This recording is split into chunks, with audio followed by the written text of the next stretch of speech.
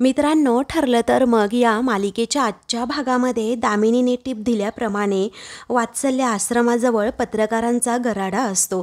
त्याचबरोबर तेथे काही पोलीससुद्धा असतात। इन्स्पेक्टर साहेबसुद्धा तितक्यात तेथे येतात। ते गाडीतून खाली उतरतात आणि पुढे जाऊ लागतात। तोच पत्रकारांचा सर्व गराडा घोळका त्यांच्यासमोर येऊन उभा राहतो आणि सर, वात्सल्य आश्रमात नक्की काय रहस्य आहे असं विचारतात। तेव्हा ते नो कॉमेंट असं म्हणून पुढे जातात। त्यांच्या सहकाऱ्यांकडून सर्व माहिती घेऊ लागतात, कारण तेथे वात्सल्य आश्रमामध्ये जमिनीत तरी मृतदेह गाडलेला आहे अशी त्यांना टीप मिळालेली असते।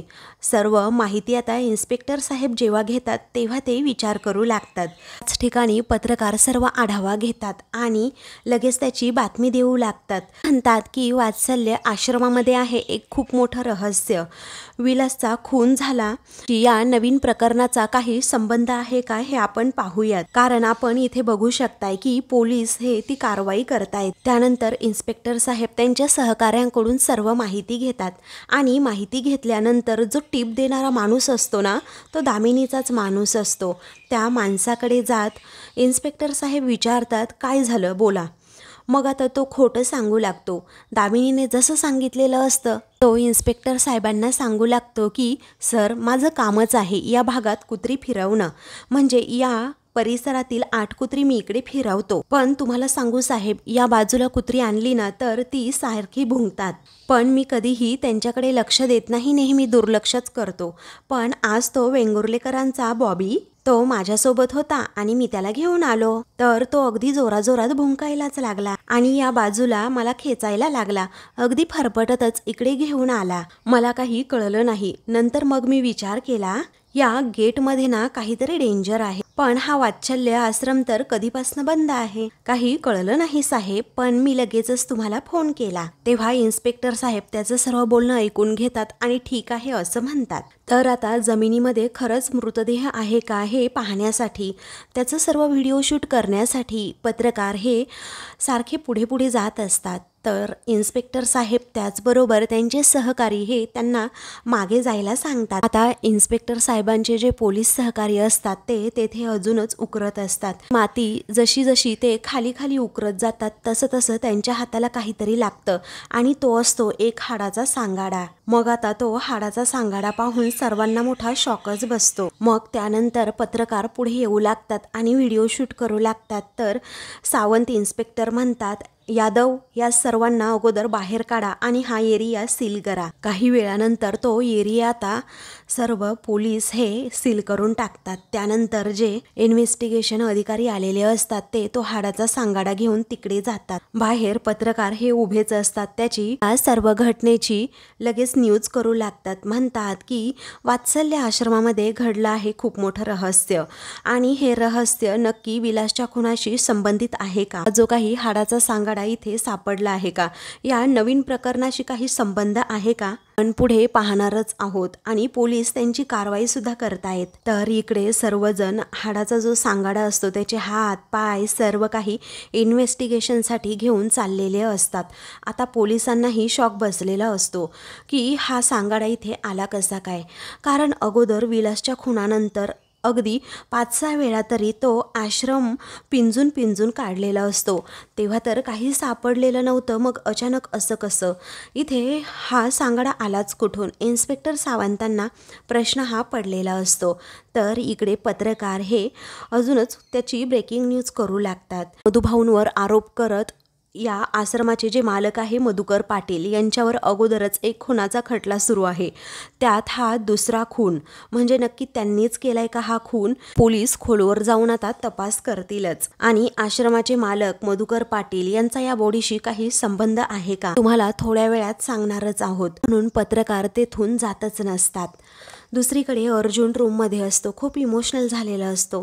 सारखे सारखे आता अश्विनचेच विचार येत असतात, कारण अश्विनचा तो बोलण्याचा बदललेला टोन, त्याचबरोबर माझा भाऊ लोभी आहे, तो प्रॉपर्टीसाठी माझ्याशी भांडतोय आणि त्याचबरोबर त्याला या सर्व संपत्तीचा पैशांचा मोह झाला आहे, हे अर्जुनवर केलेले आरोप हे सगळे त्याला आठवत असतात। आणि त्याचबरोबर प्रॉपर्टीमधला तुला नको असलेला मी वाटेकरी आहे, असा जेव्हा अश्विनने आरोप आरोप केलेला असतो ना, तेव्हा खरं तर अर्जुनला काय करावं सुचत नसतं. कारण स्वप्नात सुद्धा विचार केलेला नसतो की माझा अश्विन एवढा बदलेल. आणि त्याचबरोबर हे घर फक्त अर्जुन सुभेदारचं नाही, तर डॉक्टर अश्विन सुभेदार आणि त्याच्या बायकोचं सुद्धा हे घर आहे असं हक्काने म्हणणारा अश्विन हा सारखा सारखा त्याच्या डोळ्यासमोर येत असतो. कारण अश्विनचं आजच रूप त्याने पहिल्यांदा पाहिलेलं असतं आणि ते फक्त आणि फक्त या भामट्या प्रियामुळे. कारण प्रियाने अश्विनच्या मनात खूप काही आता भरवलेलं असतं.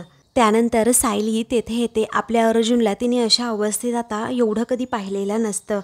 मग आता ती म्हणते, सोडा ना सगळं. अहो, आपल्या घरामध्ये ना काही दिवस नुसते हसण्याचे आवाज येत होते. सर्वजण एकमेकांबरोबर अगदी गोड बोलत होते. घरामध्ये आनंदी आनंद होता आणि हे त्या प्रियाला नाही बघवलं.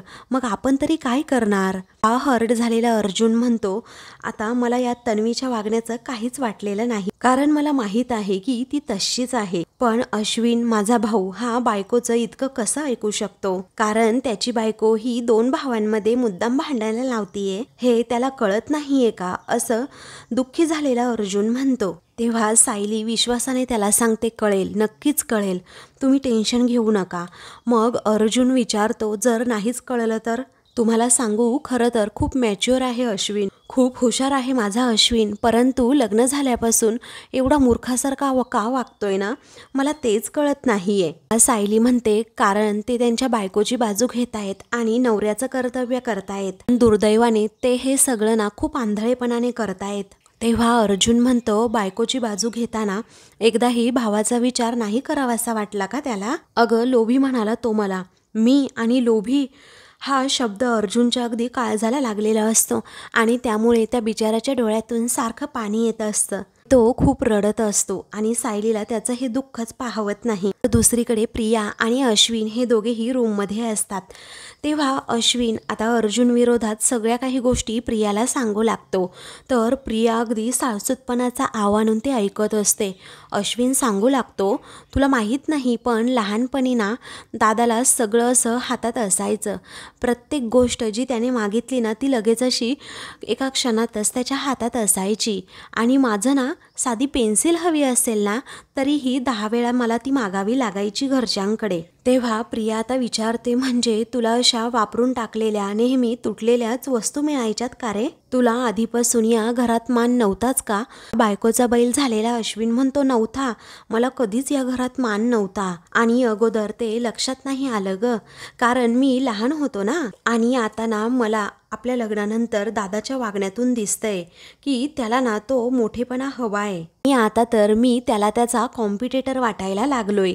असं प्रियाला उगीच अर्जुनची चुगली करत तो सांगत असतो. तर प्रिया म्हणते, अरे अश्विन, अशा खोट्या मनाची माणसं असतात ना ती ना नेहमी असंच वागतात. अरे प्रत्येकाकडे तुझ्या इतकं असं निर्मळ मन नसतं ना रे. आणि तुला सांगू अश्विन, तू कसा आहेस ना हे त्या अर्जुन आणि सायलीला कळण्याची लायकीसुद्धा नाही आहे. असं म्हणून ती सरळ सरळ अगदी अर्जुन सायलीची लायकी काढत असते. तेव्हा अश्विन हा तिच्याकडे पाहतच राहतो. रे अर्जुन रडतच सायलीला विचारत असतो, लग्नानंतर एवढं कोणी कसं बदलू शकतं? कुणी ओरडलं तर माझ्या मागे लपणारा माझा अश्विन आणि कुणी चॉकलेट दिलं तर त्यातलं अर्ध चॉकलेट माझ्यासाठी ठेवणारा माझा अश्विन आणि परीक्षेत जर कमी मार्क्स मिळाले तर सर्वात अगोदर मला सांगणारा अश्विन. हा कुठे हरवलाय आता? आणि हा कुठला मुलगा आहे नक्की? मला ओळखतच नाहीये. हा नक्की माझा अश्विन आहे का? कारण त्याच्या मनात माझ्याविषयी एवढं विष आहे, कसं काय तेच मला कळत नाही. तेव्हा सायली अर्जुनचा हात हातात घेते आणि म्हणते, तुमचा भाऊ कुठेच गेलेला नाहीये, थोडा झाकळला गेलेला आहे, कारण त्याच्यावर ना प्रियाचा प्रभाव आहे म्हणून. पण तुम्हाला एक सांगू, अश्विन भाऊजींच्या मनात तुमच्याबद्दल खूप प्रेम आहे आणि ते प्रेम ना तुमच्या दोघांमधलं कधीही संपणार नाहीये. असा सायली आता खात्रीनेच अर्जुनला विश्वास देते. त्यानंतर सायली म्हणते, हो, रागाच्या भरामध्ये ते वेडवाकडं बोलतात हे मला मान्य आहे. तुमच्या दोघांचं रक्ताचं नातं आहे आणि ते कसं तुटेल सांगा बरं? त्यावेळी अर्जुन इमोशनल होतो आणि म्हणतो, ते जर तुटलं ना तर मी अगदी मोडून जाईल.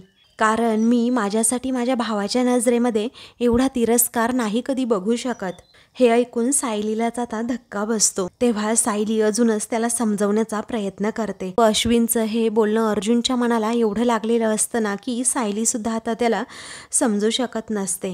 दुसरीकडे अश्विन प्रियाला सांगत असतो, माझ्या मनात दादाविषयी एवढा राग आहे ना, असं वाटतंय की तो कधीच संपणार नाहीये. माझ्या मनात त्याची काय इमेज होती आणि तो कसा वागलाय. अर्जुनवरचा राग व्यक्त करत तो प्रियाला सांगत असतो आणि अर्जुनविषयी खूप काही वाईट साईड बोलत असतो. ते पाहून प्रिया मात्र गालात हसते. अश्विन जवळ जाते आणि त्याला म्हणते, अरे जेव्हा जेव्हा तो तुझ्याबरोबर चांगलं वागत होता ना, ती सगळी फक्त नाटकं आणि नाटकच होती. कारण आज जो बाहेर वागलाय ना, ते त्याचं खरं रूप आहे. असं अर्जुन विरोधात ती काही बीही अश्विनच्या मनात भरवू लागते. तेव्हा अश्विन म्हणतो, पण ते मला आत्ता कळतंय ना गं.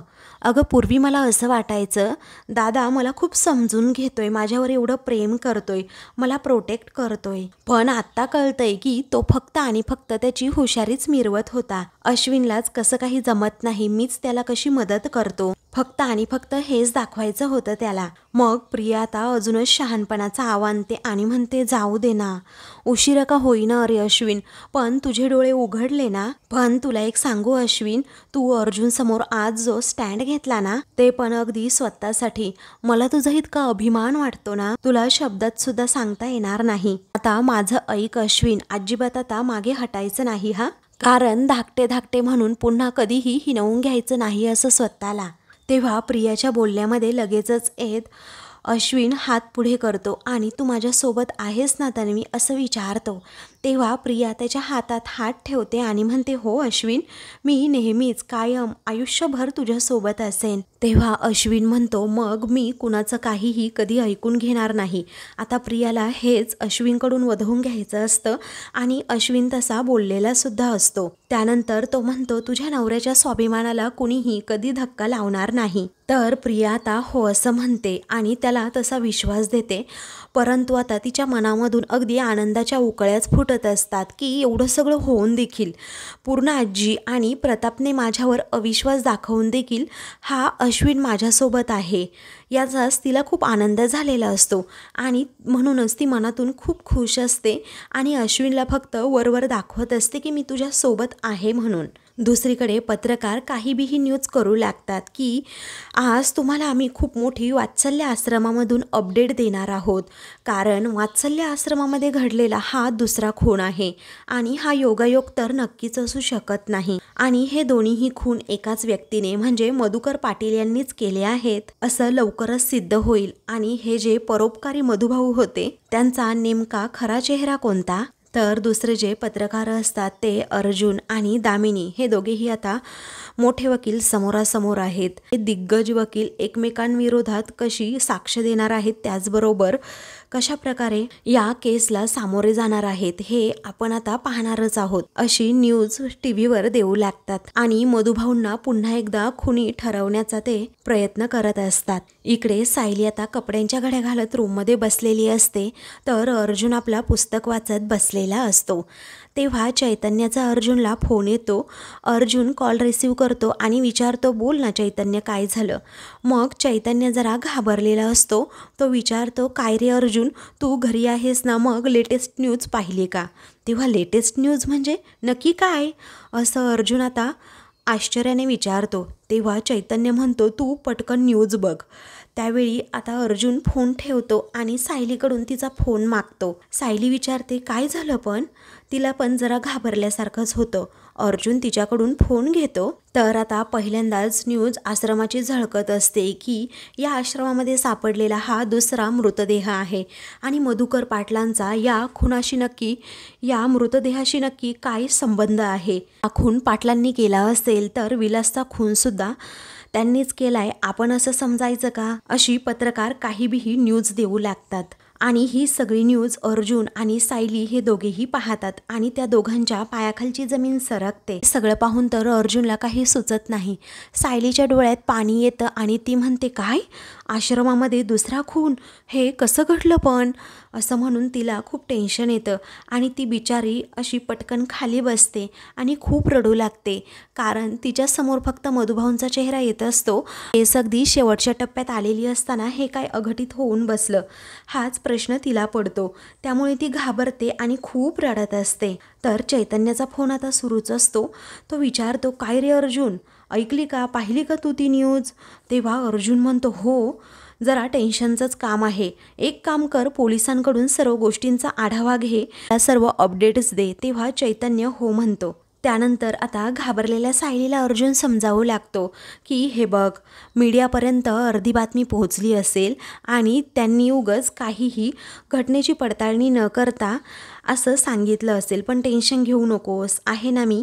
त्यावेळी सायली विचारते, पण माझ्या मधुभाऊंचं नक्की काय होणार? त्यांना परत पोलीस तर घेऊन जाणार नाही ना, अशी भीती ती व्यक्त करून दाखवते. तेव्हा अर्जुन म्हणतो, तसं काहीही होणार नाही. आता मला फक्त एकदा कळू दे की नक्की घडलंय काय. हे सगळं प्रकरण मी सॉर्ट आऊट करेल, आय प्रॉमिस यू, असं म्हणून तो सायलीला धीर देतो आणि तिला जवळ घेतो. तर सायली बिचारी मधुभाऊंच्या काळजीमुळे खूप रडत असते. दुसरीकडे प्रिया आता रविराजच्या घरी जाऊन पोहोचलेली असते. आता रविराज तेथे नसतात, त्यामुळे प्रिया मुद्दामच तेथे गेलेली असते सगळ्या गोष्टींचा आढावा घेण्यासाठी. मग नागराजला ती विचारते, काय हो, आज किल्लेदार इथे नाही आहे म्हणून मुद्दामच आली आहे इथे मी. पण कोर्टामध्ये जे काही झालं त्यानंतर तो किल्लेदार काही बोलला का हो? कारण मला तर साधा एक कॉलसुद्धा केला नाही आहे त्याने. तेव्हा नागराज म्हणतो, अगं त्या दिवशी तुला जेव्हा हकलून दिलं ना त्याने, त्यानंतर तो काही बोललाच नाही आहे.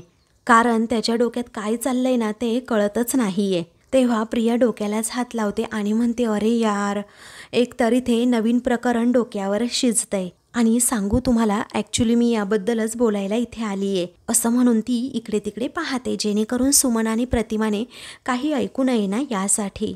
तेव्हा ती विचारते, काय हे आश्रमामध्ये नवीन डेड बॉडी सापडली आहे, ती कुणाची आहे, काय प्रकरण आहे आणि कुठून आणली आहे? तेव्हा नागराज आता हळूच सांगतो, हा दामिनी आणि महिपतचा नवीन प्लॅन आहे, ते सुद्धा मधुभाऊंना अडकवण्यासाठी. हे ऐकून आता प्रियाला धक्काच बसतो. तेव्हा प्रिया आता घाबरूनच विचारते, आता या नवीन गोष्ट नक्की कशासाठी? कारण एका खुनासाठी सुद्धा मधुभाऊंना एकही शिक्षा अजून तुम्हाला देता आली नाहीये. आता कशाला या नवीन गोष्टी मधुभाऊंच्या आणि माझ्या माथी मारताय? तेव्हा नागराज विचारतो, काय तुझ्या माथ्यावर? त्यावेळी प्रिया म्हणते, हो, तुम्ही हे जे काही बिनडोक प्लॅन करता ते माझ्या माथ्यावरच मारता ना. कारण तुम्ही हे जे काही करता ते निस्तरायला तुम्हाला माझीच मदत लागते. पण मी आत्ताच तुम्हाला सांगते, जर यामध्ये काही गडबड झाली मी अजिबातच इन्व्हॉल्व होणार नाही. तेवढा हा खून कसा पचवायचा ना ते तुम्ही तुमचं बघा, असं रागातच जेव्हा ती नागराजला म्हणते तेव्हा नेमकीच प्रतिमा तेथे येते आणि सगळं बोलणं ऐकते. परंतु या दोन्हीही मूर्खांचं तिच्याकडे लक्षच नसतं. तेव्हा प्रतिमाला आता हे सगळं ऐकून धक्काच बसतो आणि तिच्या हातात जो पाण्याचा ग्लास असतो ना तो पटकनच खाली पडतो. ते दोघेही आता प्रतिमाकडे पाहू लागतात, नक्की काय झालं पाठीमागे. मग आता हे दोघेही खूपच घाबरतात. प्रतिमा विचारते, खून म्हणजे काय म्हणायचंय तन्वी नक्की तुला? कुणाचा खून? दोघांचं नक्की काय चाललं, काय होतं असं ती विचारते. कशाबद्दल नक्की बोलत होतात? त्यावेळी प्रिया म्हणते, अगं नाही आई, आम्ही काय कुठे बोलत होतो, असं म्हणून ती प्रतिमाला खोटं पाडण्याचा नेहमीसारखा प्रयत्न करते. प्रतिमा म्हणते की कुणाचा तरी खून पचवण्याच्या गोष्टी तुम्ही दोघे करत होतात, बरोबर ना? मग आता प्रिया आणि नागराज थोडे घाबरतात.